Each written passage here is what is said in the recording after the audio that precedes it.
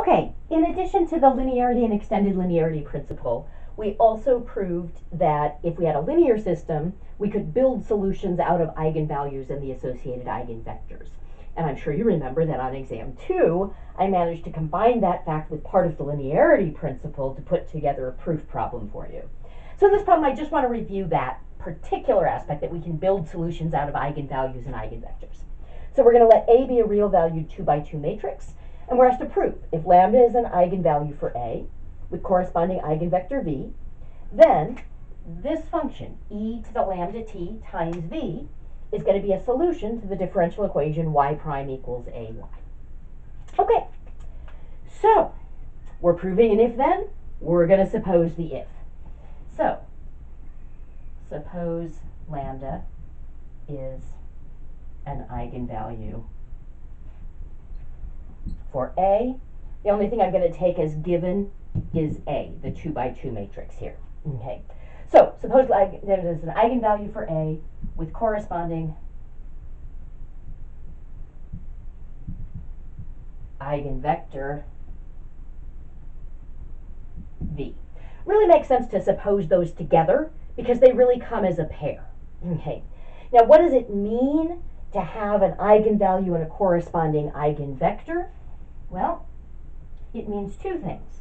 V is not the zero vector, and A times V is the same as lambda times V. Now, for our purposes, we actually only need this fact.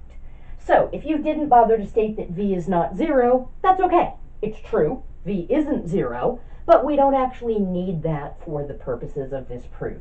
I mention it just because I know some of you are also in linear algebra this semester, and most of the proofs that you do in linear algebra with eigenvalues and eigenvectors require that you note that eigenvectors are non-zero. Okay, so I know this, okay? So I've supposed the if, I've spelled out what it means. So notice that's just using the definition of eigenvalues and eigenvectors. Just like in proving the linearity and the extended linearity principle, we really just use the definition of what it means to be a solution.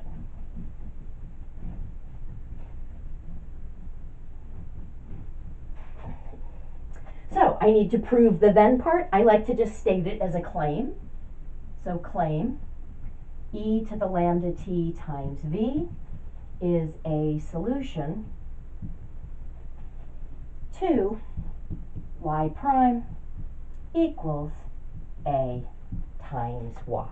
Okay.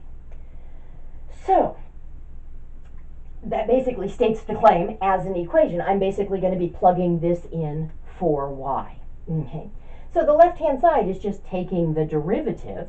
So I'm going to just take the derivative. The derivative of e to the lambda t times v is going to equal, now here v is a constant. It happens to be a constant vector, but it's just a constant. Okay. So I can take the derivative of e to the lambda t, which is the part that has t's in it, okay, and then multiply by that constant. So I'm going to get lambda e to the lambda t times v. Okay. All right, excellent. So that's what I get by essentially plugging into the left-hand side of this differential equation. Let's now plug into the right-hand side. And maybe I can actually just label that that's the left-hand side. Let's take a look now at the right-hand side. Okay. If I look at A times e to the lambda t v, this is just a scalar valued function. It's not a constant, it's a function of t, but it's a function that spits out scalars. Scalars pull through matrix multiplication. So this is e to the lambda t times AV, and that's e to the lambda t times lambda v.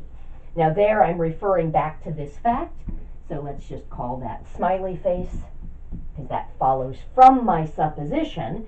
And now I want to show that these things are the same. Looks like I'm basically just using the commutative and associative laws to rearrange my factors.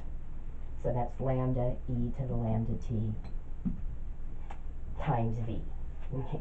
Thus, e to the lambda t times b is a solution to y prime equals ay as claimed. Now, if you prefer to write things out at the component level, you certainly could. What you would need to do is just write v as v1, v2, and then work with the individual components. You'd be doing exactly the same steps. You just have that extra work of introducing v at the component level. But if you're more comfortable working with real valued things and just doing it twice rather than working with vector valued things, that's totally acceptable. Okay, but this would be all that's needed to prove that you can build a solution out of an eigenvalue and corresponding eigenvector.